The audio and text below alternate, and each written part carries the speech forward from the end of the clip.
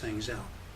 And then if you're going to be sending a product like a CD, you obviously need to be thinking about the fulfillment issues, because whatever it is you promise to deliver, of course you have to deliver. So if you say only offer to produce 1,000 CDs and you end up getting 50,000 CDs sold, obviously that's a great problem to have, but you have to think in terms of how are you going to satisfy that. So you may very well want to put some limits on how many rewards you make available to make sure that you don't overstep the productive process boundaries that you have for creating the products. Some products take more time than others. Something like a CD is easy to just stamp more and then mail them out. But the point is think about your production and fulfillment issues in advance. So when you raise money, there are three types of payments that are payment sort of programs that you can sign up for. One is the all or nothing, which means that if you have a goal of say $5,000 or $50,000, doesn't matter what you set as your goal, if you don't hit your goal, you don't get any money.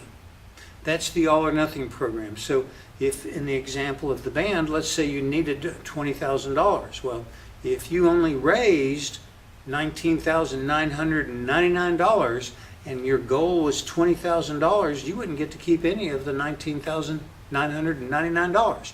If you're short of your goal, you don't get any money. That's the all or nothing program. The Keep It All program means that you might have a goal of $20,000, but if you sell $10,000, you get the $10,000. So a Keep It All program basically just means that you may have a goal, but if you don't reach it, you still get to keep the funding that's been promised to you. And then there's a bounty type of program, which works well for companies that use crowdfunding platforms as a way to get somebody else to do the debugging. In fact, it's a very common thing in the software world for companies to offer bounties for people that find and fix bugs, especially on open source software. So it's a common technology. Not something that your average fundraising company is going to deal with unless they're in the technology space. So the two major rewards-based funding websites are Kickstarter and Indiegogo. Now Kickstarter has an Alexa.com ranking of 593 as of the middle of August of 2014. And of course that changes over time.